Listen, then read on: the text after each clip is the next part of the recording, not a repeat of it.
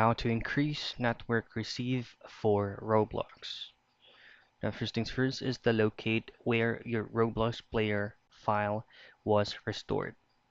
Head down to your Windows icon, type in Roblox, right click on your Roblox player, and choose on Open File Location.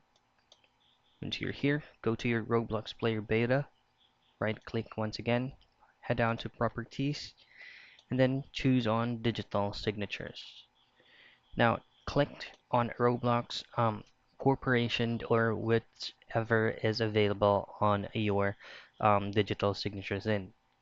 Click on Details, and then in here, go to View Certificate, Install Certificate, Next, and then head on Finished. And that's it. That's how you increase network receive for Roblox.